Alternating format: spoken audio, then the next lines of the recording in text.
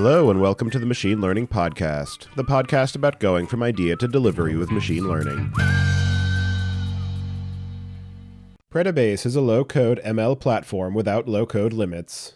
Built on top of their open-source foundations of Ludwig and Horovod, their platform allows you to train state-of-the-art ML and deep learning models on your datasets at scale. The Predabase platform works on text, images, tabular, audio, and multimodal data using their novel compositional model architecture. They allow users to operationalize models on top of the modern data stack through REST and PQL, an extension of SQL that puts predictive power in the hands of data practitioners. Go to themachinelearningpodcast.com/Predabase today to learn more. That's PREDIBASE. Your host is Tobias Macey, and today I'm interviewing Dylan Fox about building and growing a business with ML as its core offering. So Dylan, can you start by introducing yourself? Yeah, thanks for having me on. My name's Dylan. I'm the founder of a company called Assembly AI, and we are building out an API platform for transcribing and understanding audio with AI models for tasks like speech recognition and speech understanding. Do you remember how you first got started working in machine learning? Yes, it goes back to when I first got into programming. I think we had talked about this on another episode too, so forgive me for boring you if I give you the full backstory. But back when I was in college, I got into web design and web development, and I was an econ major, so I wasn't a computer science major, but I started doing web development and web design and gotten really into just programming. And then I kind of gravitated from there to learning Python. I got this free book. I think I might have paid for it, Learn Python the Hard Way, which I don't know if that's still popular or not, but back then it was great.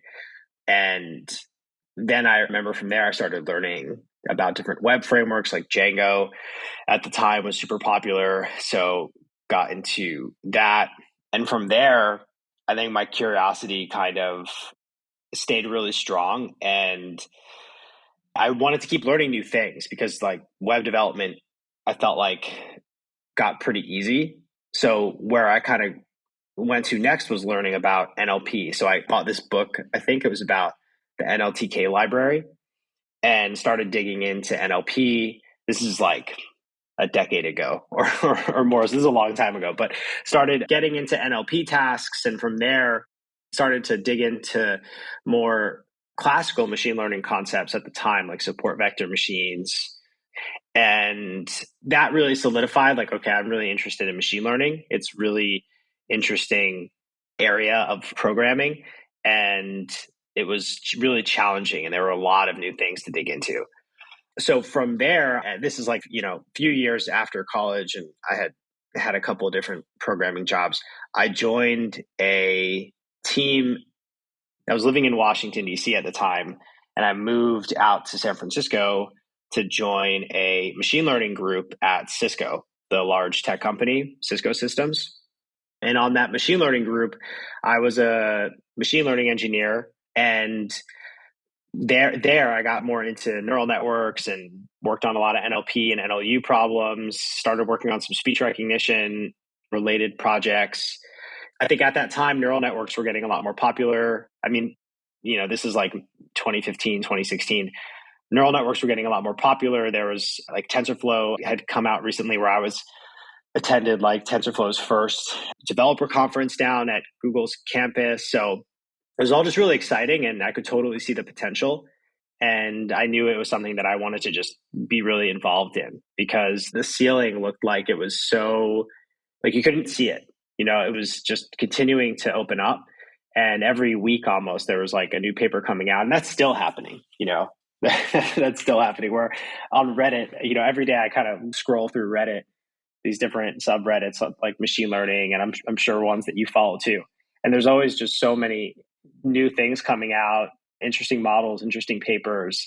And for me, I find that just fascinating. I think I overlook this now because I'm, just thinking about like the startup and growing it, but it's awesome to be able to work on like in this field full time. So that's like the full backstory, but I kind of stumbled into it like a decade ago and it really stuck with me. I'm interested in digging a bit into your perspective of the state of the industry and the state of the capabilities for machine learning from when you first got involved a decade ago to where we are now. And you're running a business where ML is this core offering. And we'll get into that piece of it later. But I'm just curious what your sense is about the kind of state of the ecosystem, state of the industry for machine learning, and from the perspective of as somebody who's an early adopter of a given technology and is one of the early contributors to a community, it can be very easy to have an outsized impact as that community expands and grows. Where, for instance, with Python, if you're the first person who writes an HTTP library, then it becomes the most popular one and everybody knows your name after a while. But once you are writing the 15th or the 30th HTTP library, then it's just, okay, great, there's another one. And I'm wondering if you can, with that framing, if you can talk a bit to where you see the machine learning ecosystem today as compared to when you got into it 10 years ago. Yeah. It's like I always see these like on developer Twitter. I always see these new front end frameworks for like, setting up your JavaScript runtimes faster, your like build environments faster. And it's like, the 1,000th one I've seen. So it doesn't stick. When I first started getting into machine learning in like the early 2010s, it was like SciPy, NLTK. Those were popular libraries.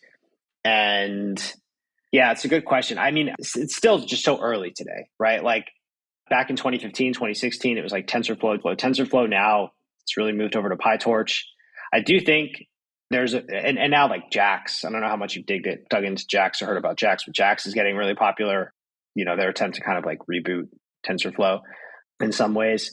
So I still think it's so early, and there's a lot of companies trying to build more tooling around like for ML practitioners. Like Hugging Face is a great library that helps you bootstrap building models and is making machine learning development more accessible. Because I would say PyTorch and TensorFlow, they still can seem a little bit scary to folks that are entering ML for the first time, because there are these intimidating concepts that you come across, like what's a convolutional neural network and what's gradient descent and backpropping. There's like these intimidating concepts, and you're exposed to them at a low level because PyTorch and TensorFlow kind of make them accessible to you, because if you want to build custom neural networks or complex neural networks, you need to be able to access like all the raw primitives to be able to do that.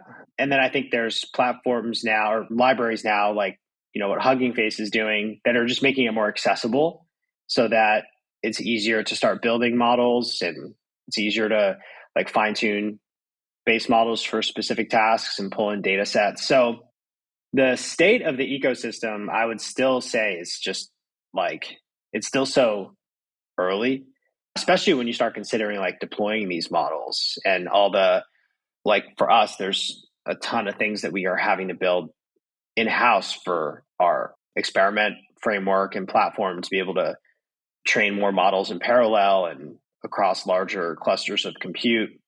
So it's still changing so quickly, but I would say like definitely like the switch from classical machine learning to deep learning has happened. Whereas back when I was getting into it, I mean, it was still just RNNs and convolutional neural networks. And then as folks kind of graduated to LSTMs and transformers and more powerful neural networks, kind of made deep learning went out. But it's evolved a lot. But at the same time, it's still super early. In terms of what you're building at Assembly, can you share a bit about what it is that the company is focused on and why you decided to build a business with ML as one of the core capabilities for the product that you're offering?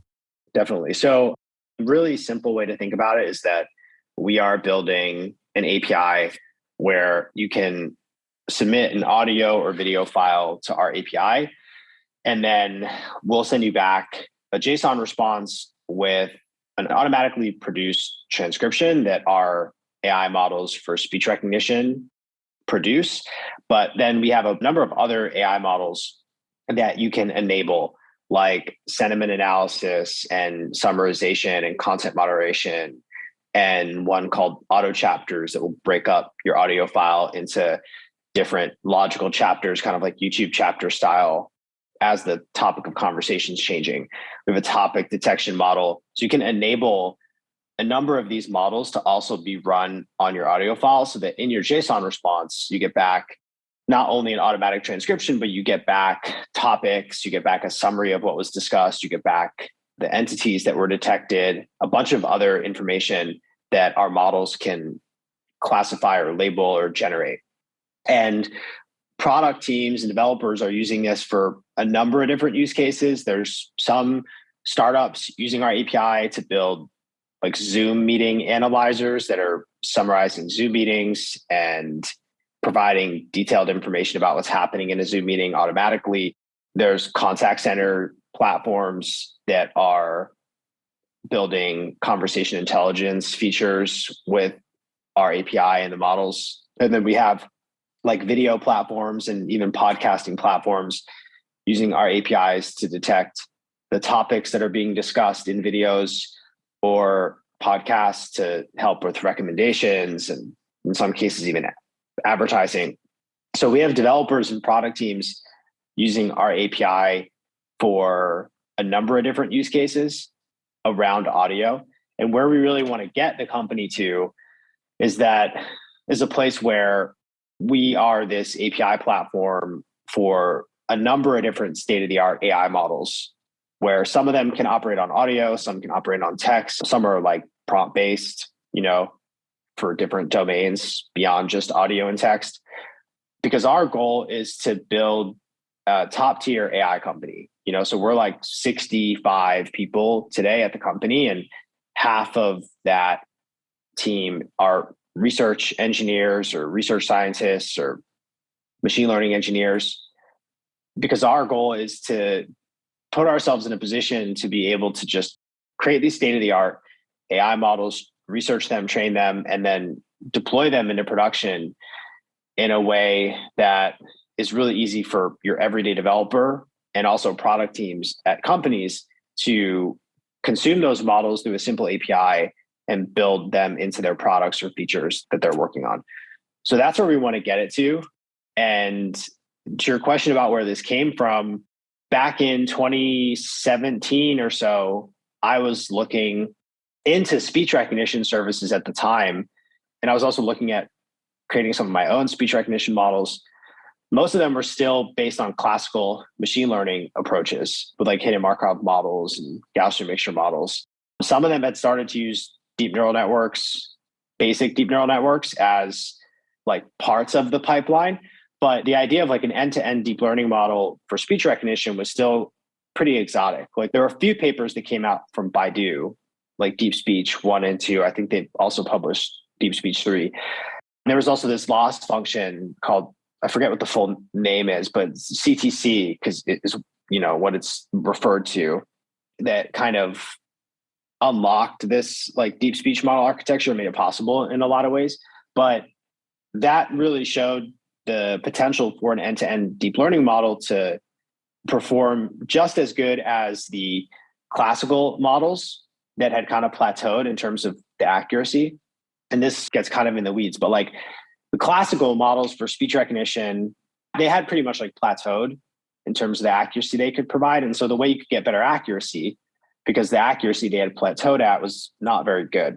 I mean, it was okay. But if you think of like, this is like pre-Alexa days where speech recognition was still bad, right? So there's like 2014, 15, most commercial speech recognition was still based on these classical approaches where overall accuracy was pretty bad. And the way you would make it better would be through like adapting those models and customizing them for specific use cases. So if you're in a car, you would like narrow the vocabulary to just what you would say in a car so that you essentially make the speech recognition problem much simpler. You limit the vocabulary. It's not like open domain, large vocabulary speech recognition, or you adapt the models to a specific acoustic environment, like in a car or whatever.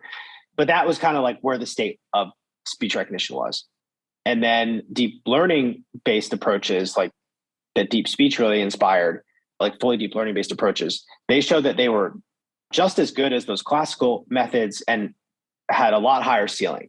Like there was a lot still to be uncovered and investigated and researched to make those end-to-end models a lot more accurate.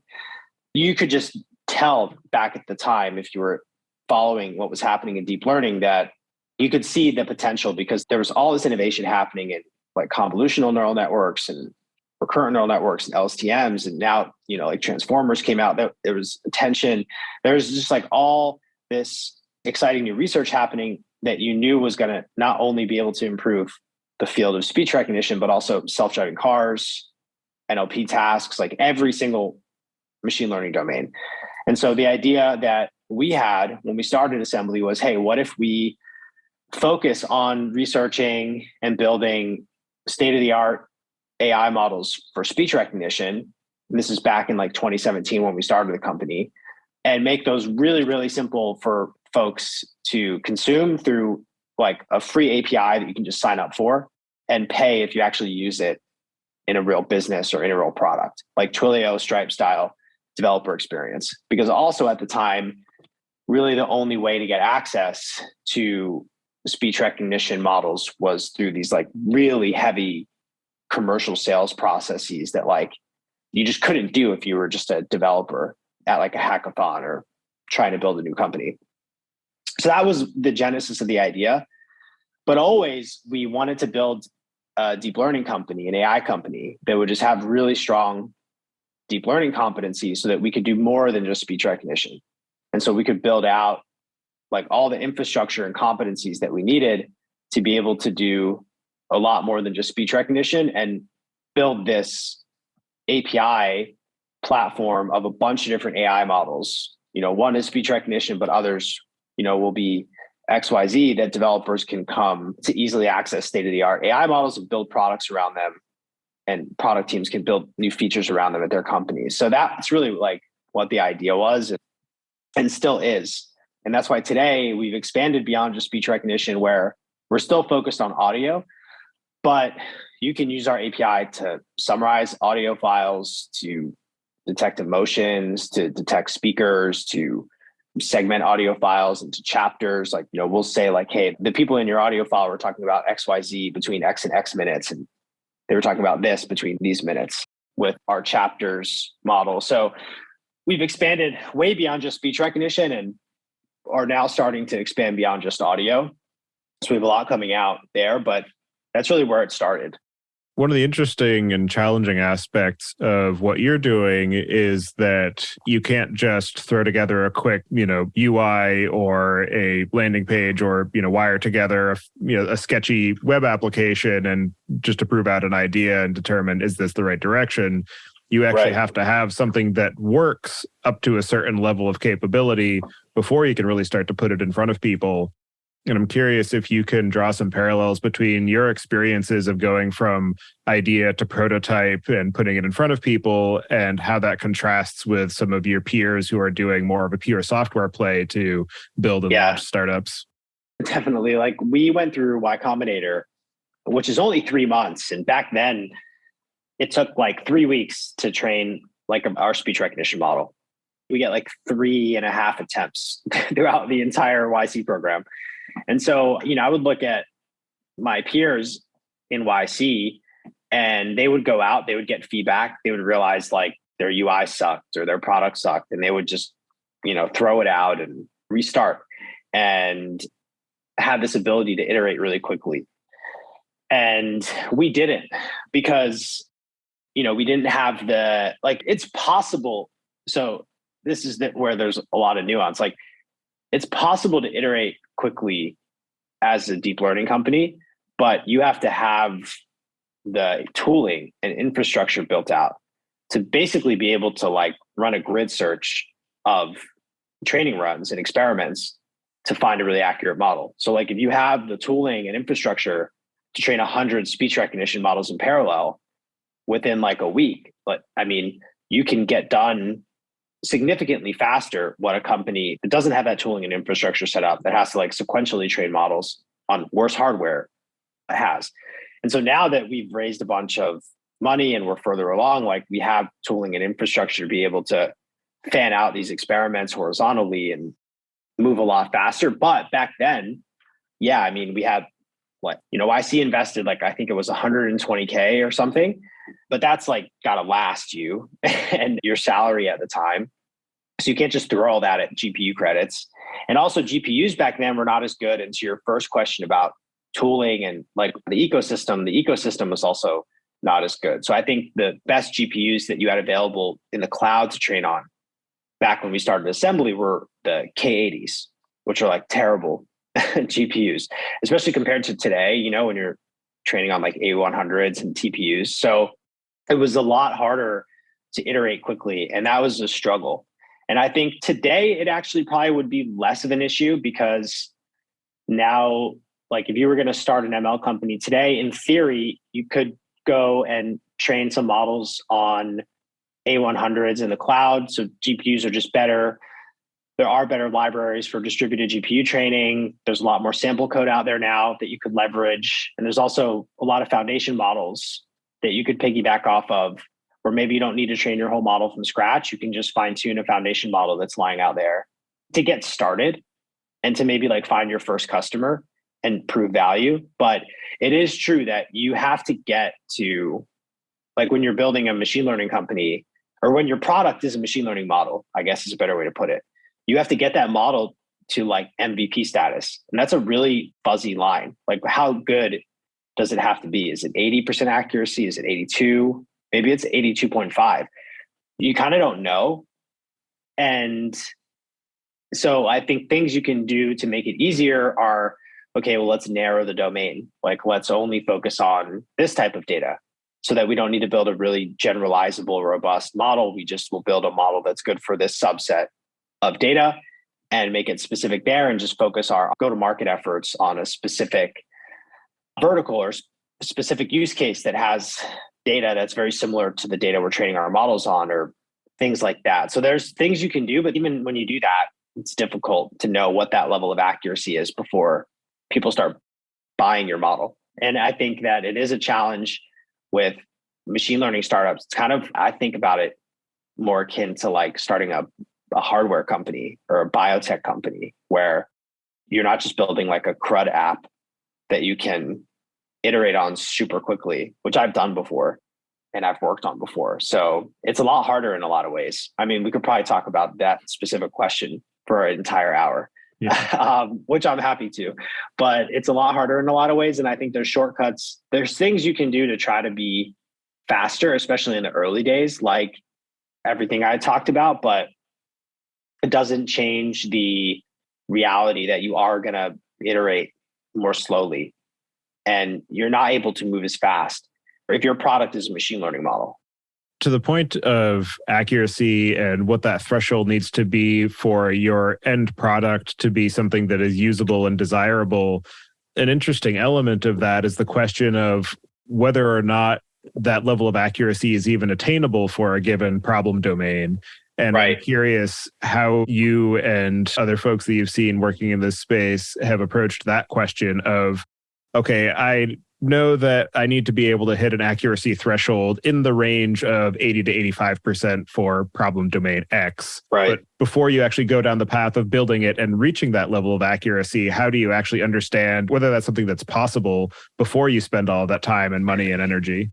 If there's a commercial product that exists that already has customers, even if it's like terrible, right?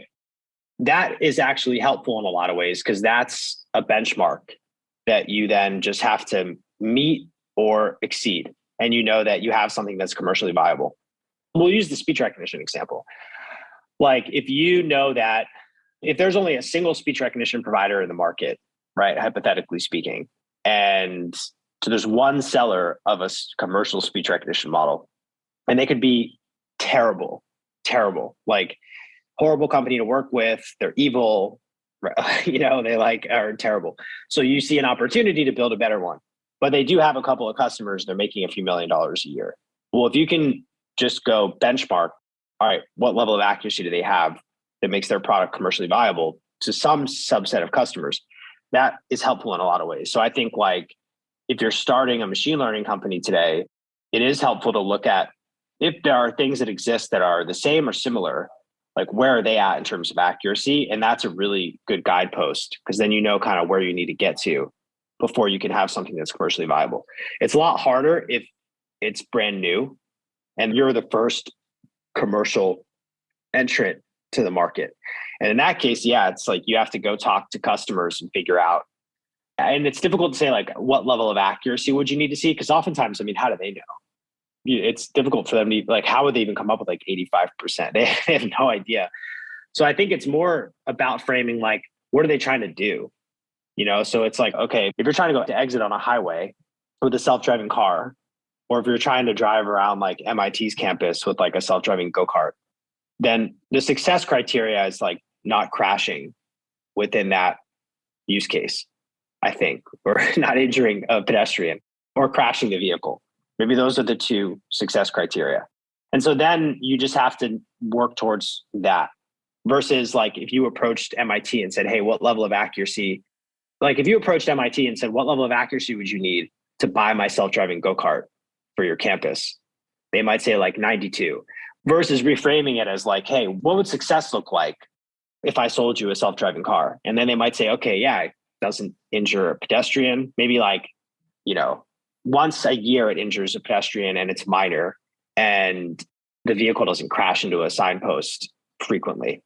And then you just go work towards that. Or, there's other examples you could probably make, but then it's more fuzzy because there's not a specific metric that you're working towards. It's just like creating something that is good enough to make the customer that you're selling it to successful with whatever they're trying to use your model for.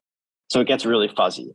And like you said, it's also dependent on the problem domain. So like, and also dependent on the customer. There might be a college campus that's really innovative and they're like, yeah, we don't care if we injure pedestrians. We just want self-driving go-karts. So give us what you got as long as it works.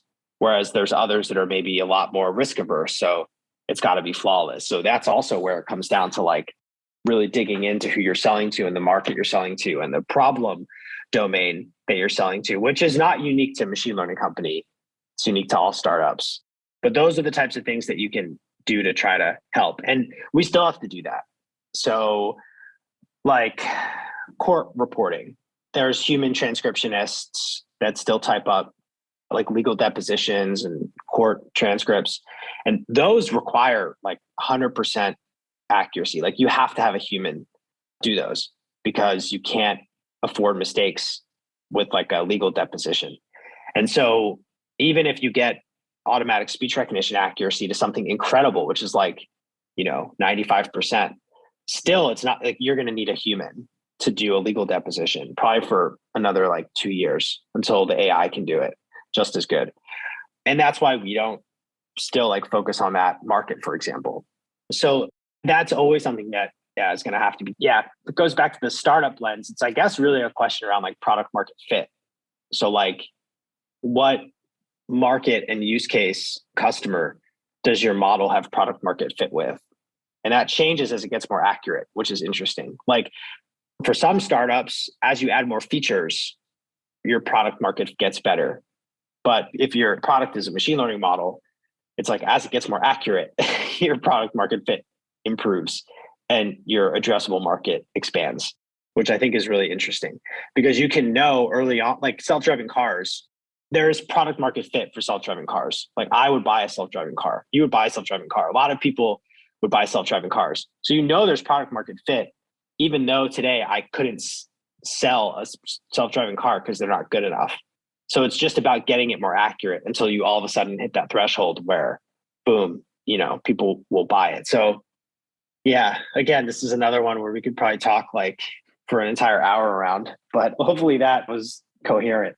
Yeah, another interesting element of machine learning as a core component of a product is the question of being able to acquire enough data to be able to actually build the model in the first place to determine whether or not it's feasible from a product perspective. And is this data that I am actually allowed to use for this end use case? And, how do I think about acquiring new data as I build and iterate on this model and start to onboard customers? Like, what are the dividing lines between the data that this customer is generating in the process of interacting with my model is acceptable to feed back into the training cycle to improve the capabilities? And when is it something where I have to throw away that data as soon as it is input because of regulatory or compliance or ethical purposes?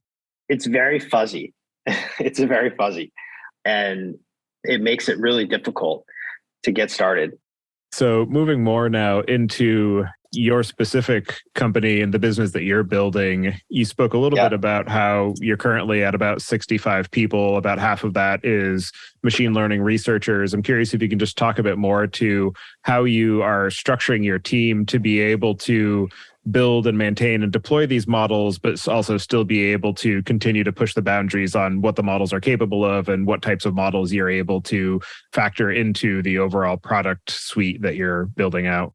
We're actively working through a lot of this like team structure and setting all this up now that we're growing. I mean, we were like 20 people 6 months ago. We've grown pretty quickly and it's caused some growing pains for sure. But the way that we've structured it recently is we have our research teams. And so those research teams are focused just on researching neural network architectures and training models. And they're just focused on research and training models. And then we have a deep learning platform team. And that deep learning platform team, they're focused on taking the models from the researchers and packaging them up into basically like pip installable packages that have automated test suites attached to them for accuracy benchmarks, for profiling the compute and memory footprint of the model, optimizing the model to run more performant. So they focus on basically the packaging. And then we have our traditional engineering team. That deep learning platform team also, like as part of the packaging, focuses on exposing interfaces that make those models scalable in production. So like basically to be able to mini batch things at inference time, more or less. And then we have our traditional engineering team that focuses on our like REST API, as well as building the microservices around these packaged neural networks and working with our traditional like platform team to get those microservices into production and scaling correctly. And, they're like on call if those go down.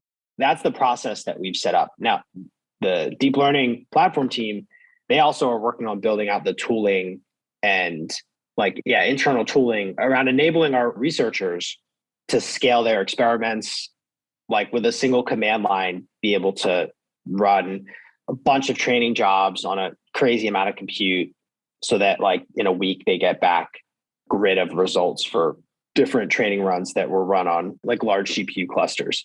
It's kind of abstracting that away from the researchers so they can just focus on the research. So that's how we've been setting it up.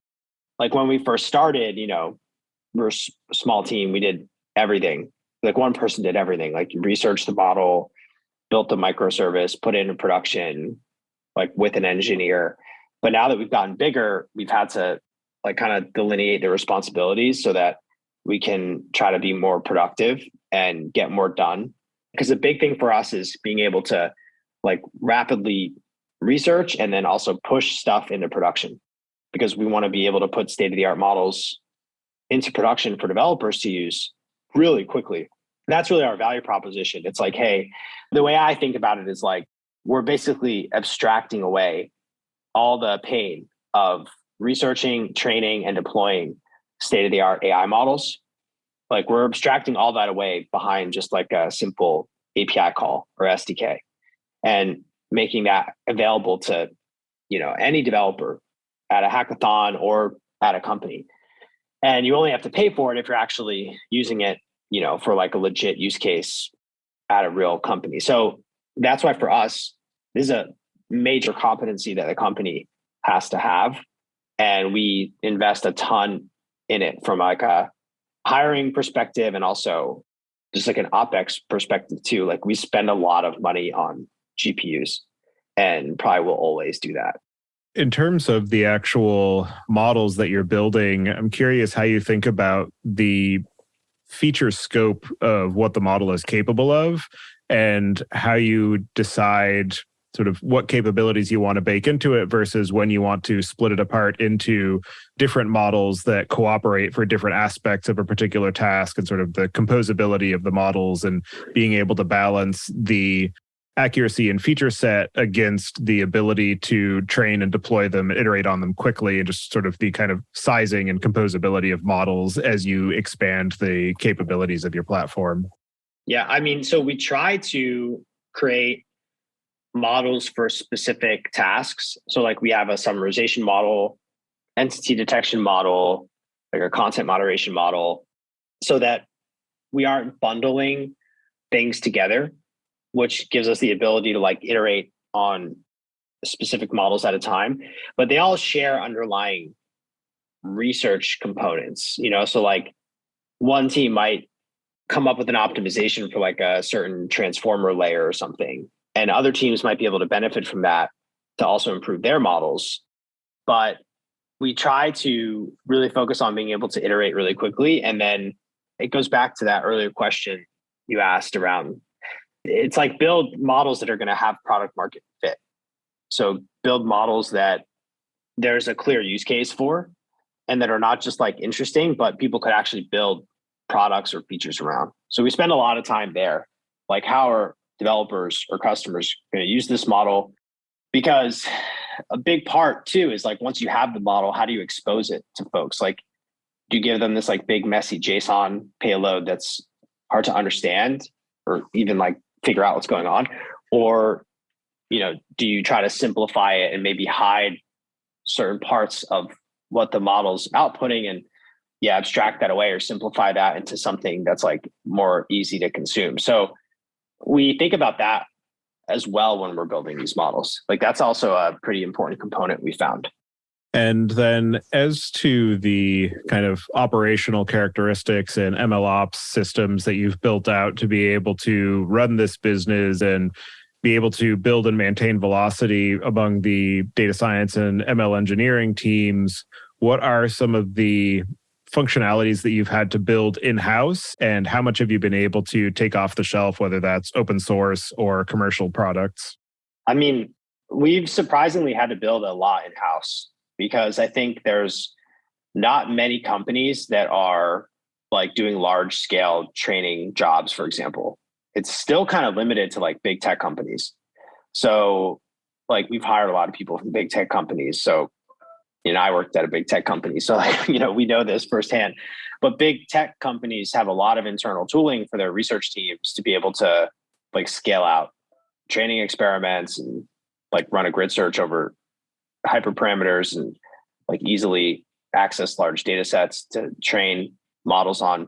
So they have a lot of tooling to enable their researchers to be super productive.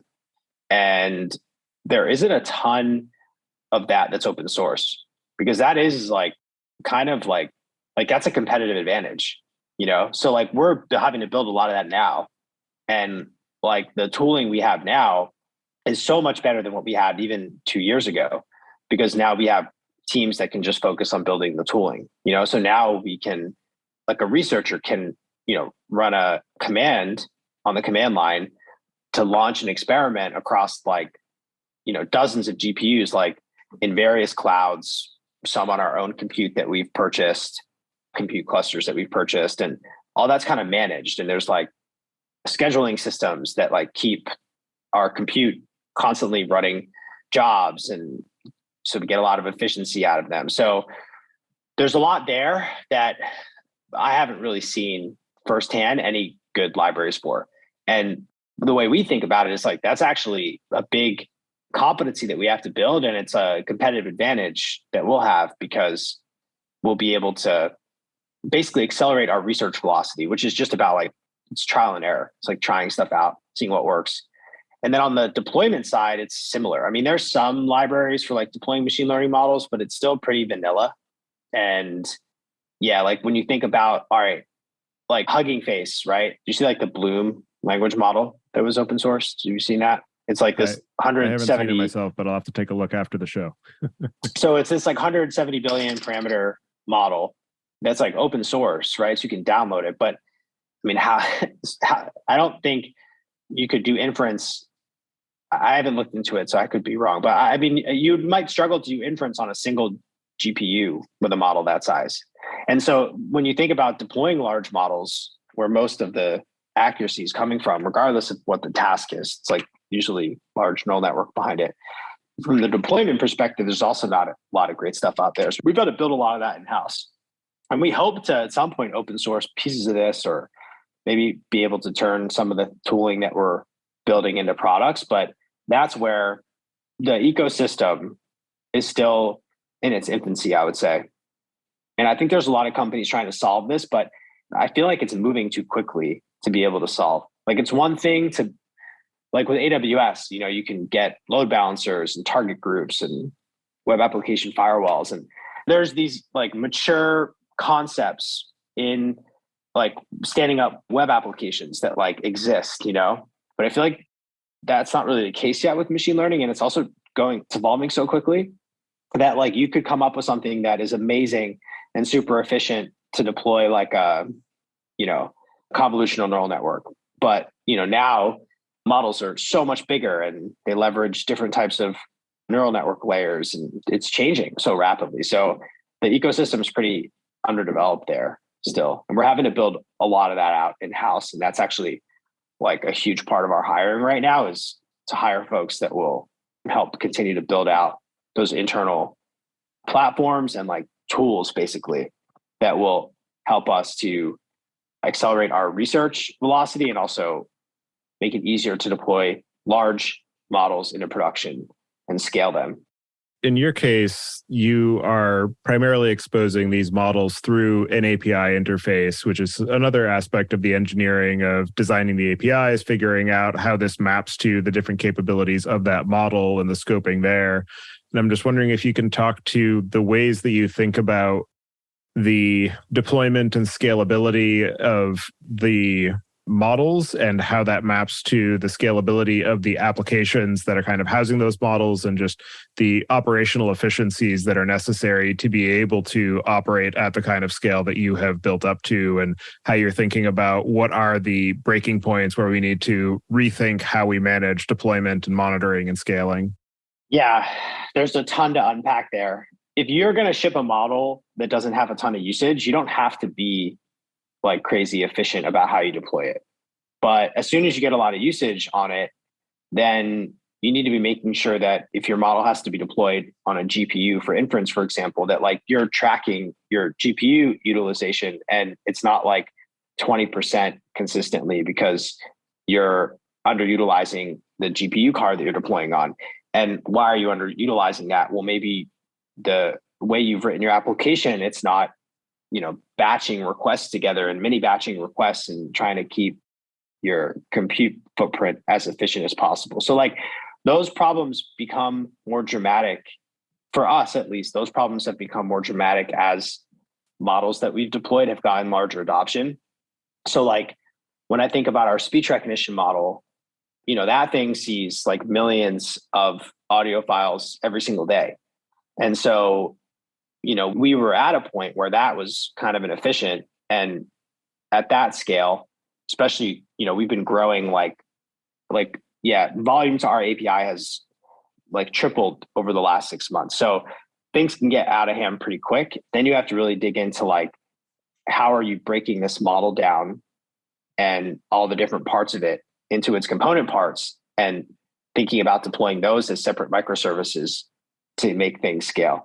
And how are you feeding data into the model? Are you measuring things like GPU utilization and making sure that those are really performant? Like, what metrics are you tracking? So those have also been problems that we've had to work through as we've been seeing larger and larger scales. But I would say it goes back to there's some models that we build that are experimental. Like we have a couple that we're working on right now, and we test them out with a couple of customers or developers at small scales. So we just kind of push them into production, and they can basically, like, we finish training them and then we just kind of like throw them into production. They're inefficient. And even from a neural network perspective, the neural networks haven't been optimized for inference. So we just put them into production so that we can see like, hey, is this thing worth spending more time on? Because you can spend, a lot of time on the engineering side, building good microservices that are scalable and architecting things the right way. But there's also on the research side, training the models to work to basically like compress the models down into smaller sizes, there's a lot of work there basically to take your model once it's done training and get it into a more performant package for inference. So there's work on both sides. And as a startup, yeah, it's like, all right, where are we going to spend our time is always something that we have to think about, because we never have enough time to do everything that we want to do or enough resources to do everything that we want to do. So we tend to focus most on, like, we know which models cost us the most, like basically on our AWS bill.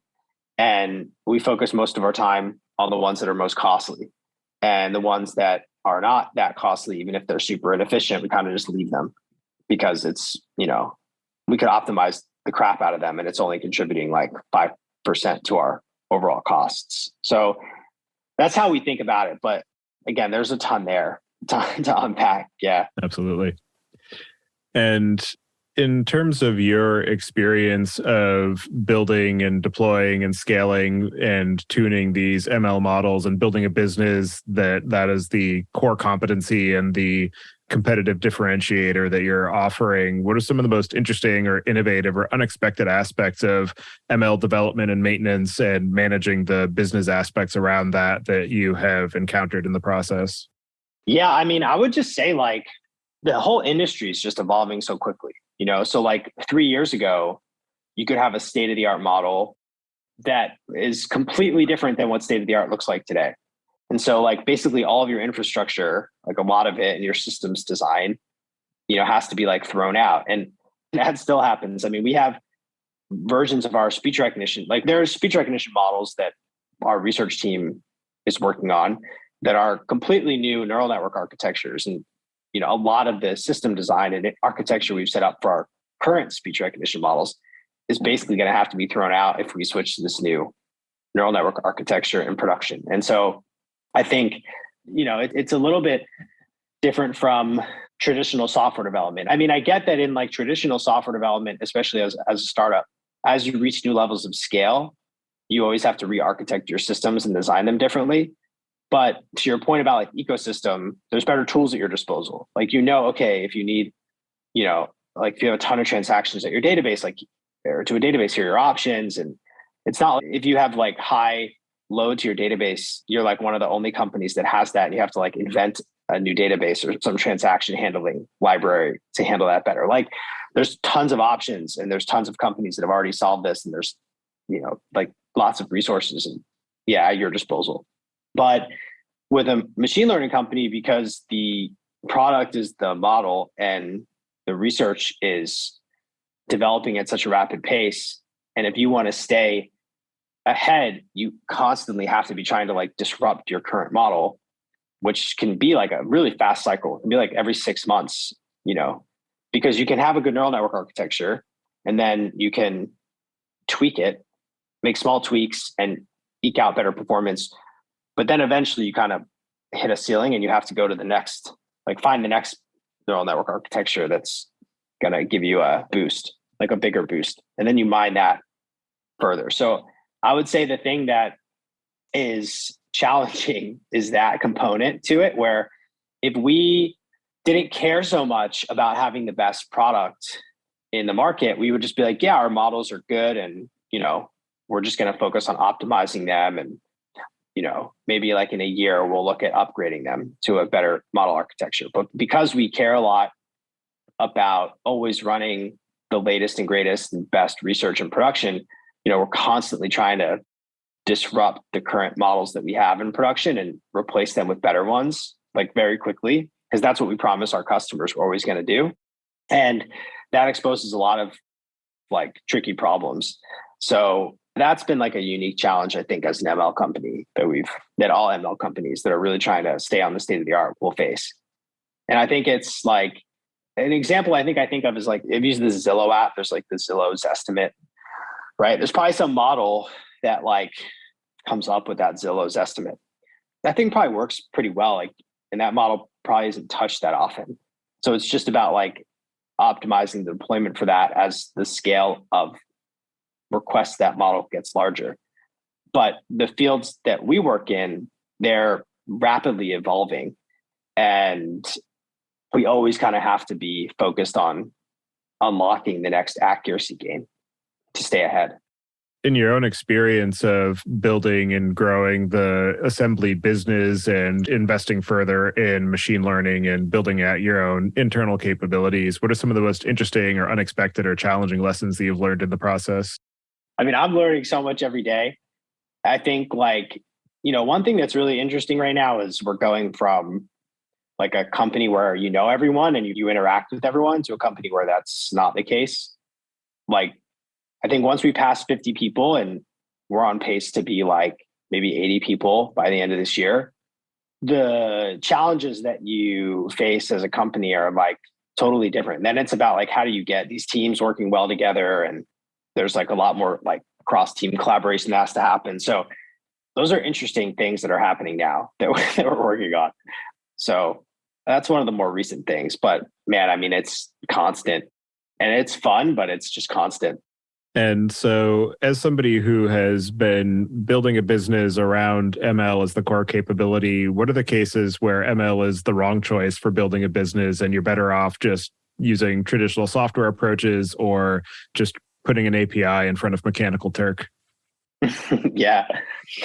I mean, AI models have gotten a lot better over the last couple of years in particular. So it makes it a little bit harder to answer that question. I mean, one lens that you could answer that question through is like applications and use cases where you still need like human level accuracy.